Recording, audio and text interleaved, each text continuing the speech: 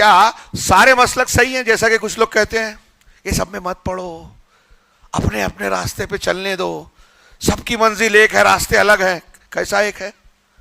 یا ایک راستہ ادھر وقار آباد جا رہا ہے، ایک راستہ ادھر حیدرآباد جا رہا ہے، دونوں پہ چلنے والا ایک ہی جگہ پہنچے گا کیا؟ ہاں لاجیکل یہ بات سمجھ میں آتی ہے؟ کسی طریقے سے سمجھ میں نہیں آتی. انتہائی غلط بات، بڑا دھوکہ. اسلام اللہ وہی قبول کرے گا جو اس نے آسمان سے اتارا. آسمان سے کون سا اسلام اتارا؟ جو قرآن میں ہے، جو رسول کے پاس ہے، جس کو ہم سنت کہہ سکتے ہیں، عقیدہ اور عمل صاحب. اور وہ دین اللہ کے رسول صلی اللہ علیہ وسلم نے صحابہ کو سکھایا، جس میں کوئی ملاوٹ نہیں تھی. وہی دین اللہ کو منظور ہے. باس وَمَن يَبْتَغِ غَيْرَ الْإِسْلَامِ دِينًا فَلَن يُقْبَلَ مِنْهُ. جو دین کے علاوہ، اسلام کے علاوہ کوئی دین چاہے گا، اللہ کے یہاں کبھی قبول نہیں ہوگا. کلیئر ہے کہ نہیں یہ بات؟ اب صحابہ کرام جو اسلام مانتے تھے جنت میں جانے کے لیے، وہ کافی ہے کہ نہیں کافی ہے؟ بتائیے، جواب دیجئے. کافی ہے نا؟ اس میں کچھ کمی تھی کیا؟ لیکن اب لوگوں نے اس میں یہ ہمارے فلاں امام آ گئے، انہوں نے یہ اصول بنا لیا، فلاں بزرگ ہے ان کی عقل میں یہ نہیں آیا، دوسرے مذہب کی طرف سے ایک چیز آئی تو اس کی بنیاد پر اسلام کی تعلیم میں جو ہے اس کو موافق بنانے کے لیے کچھ چینجنگ کر لی. یونانی فلسفہ آیا تو جہمیہ، قدریہ پیدا ہوئے، عقل کی بنیاد پہ کہا اللہ کی یہ صفات سمجھ میں نہیں آتی، اللہ کے رسول نے بتائے نہیں، صحابہ نے سمجھی نہیں، ہم کو سمجھ میں آیا کہ اللہ کا ہاتھ قرآن میں ہے تو ہاتھ کا مطلب ہاتھ نہیں ہے، قدرت ہے. یہ ہمارے بہت سے مسلمان بولتے ہیں. اللہ نے کہا کہ اللہ عرش پر مستوی ہے، عرش کے اوپر قائم ہے، تو اشعری ماتوریدی اور ہمارے یہاں حنفی بھائی انہی کے تاثر سے کہتے ہیں کہ اللہ عرش پر نہیں ہے، ہر جگہ ہے. امام ابو حنیفہ رحمہ اللہ کہتے ہیں کہ جو ایسا بولتا ہے وہ کافر ہے. اور یہ آدمی امام حنیفہ کو امام بھی مان رہا ہے، اور جس کو کافر، جس چیز کو وہ کفر کہہ رہے ہیں اس کو بھی مان رہا ہے. سمجھ ہی میں نہیں آتا کون سا دین مان رہے ہو. میری بات سمجھ میں آ رہی ہے؟ یہ گھورک دھندا مسلمانوں میں پھیلا ہوا ہے. تصوف کے نام پر ہمارے درمیان اسلام کی بگڑی ہوئی شکل جو مسلمانوں کو اسلام کے نام پر اسلام سے دور کرتی ہے. جملہ سمجھیے، دماغ میں گھسائیے. میں اس کو بہت ضروری چیز سمجھتا ہوں. ہاں، اور خواتین بھی اچھی طرح سمجھیں. اگر آج کی اس مجلس میں جو میں صفات بیان کرنا چاہتا تھا، اس میں صرف آپ نے اتنا سمجھ لیا کہ صحیح عقیدہ ہمارے لیے کتنا ضروری ہے، اس کی کتنی ضروری حفاظت کرنی چاہیے، تو مجھے لگے گا کہ اللہ رب العالمین نے میرا آنا یہاں مفید بنا دیا، قبول کر لیا. اللہ قبول فرمائے. تو میں عرض کر رہا ہوں کہ اسلام کی بہت سی شکلیں آج ہمارے درمیان ہے.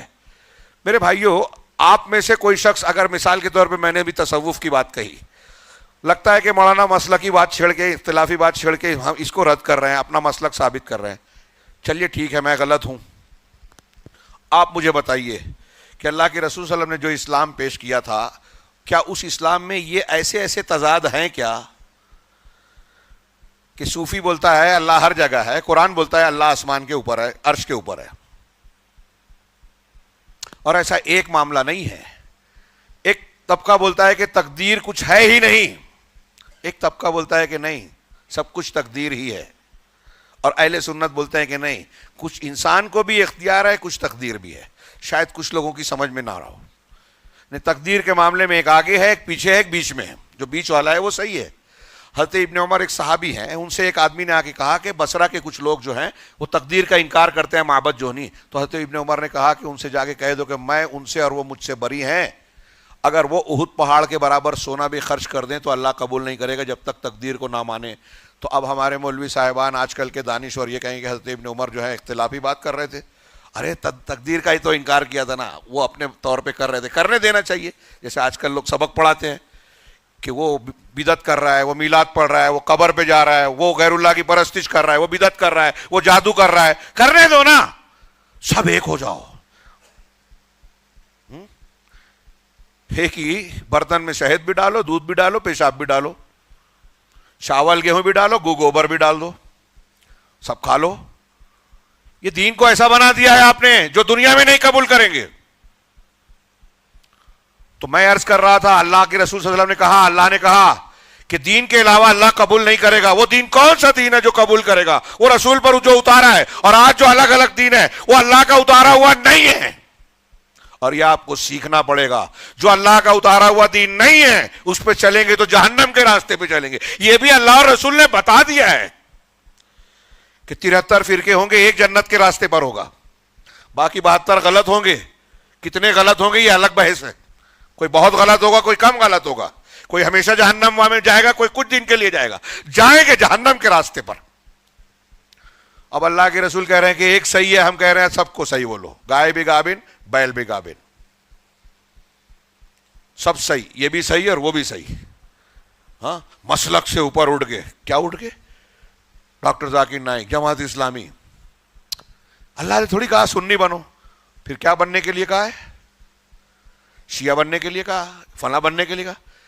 آپ سنت پر عمل کیے بغیر سنی نہ بنو یہ منع نہیں کیا ہے, کہا ہے قرآن حدیث نے. قرآن کو مانو کہا ہے کہ نہیں کہا ہے؟ اہل قرآن مسلمانوں کو کہا گیا حدیث میں. اہل سنت صحابہ کہتے تھے سچے مسلمانوں کو.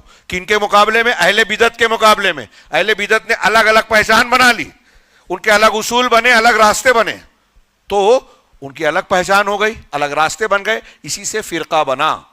اور جو قرآن حدیث پر قائم ہے وہ جماعت ہے. میری بات ہاں موضوع سے شاید ہٹ گئی, یعنی میں جو بیان کرنا چاہتا تھا لیکن وہ بہت اہم ہے. میں اس بات کو بیان کرنا چاہتا تھا کہ مسلمان کی پہچان اور مسلمان کی جو بنیاد ہے وہ سب سے پہلے عقیدہ ہے. اور جب عقیدے کو درست کرنے پر آپ آئیں گے تو یہاں آئے گی بات. اور میں کہہ رہا تھا اہدنا الصراط المستقیم.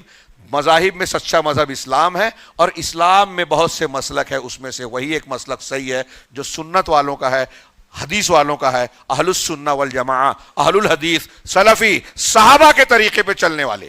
اللہ کے رسول نے جو کہا تھا کہ جنت میں جانے والا, نجات پانے والا گروہ ہے جس پر میں اور میرے صحابہ ہیں. تو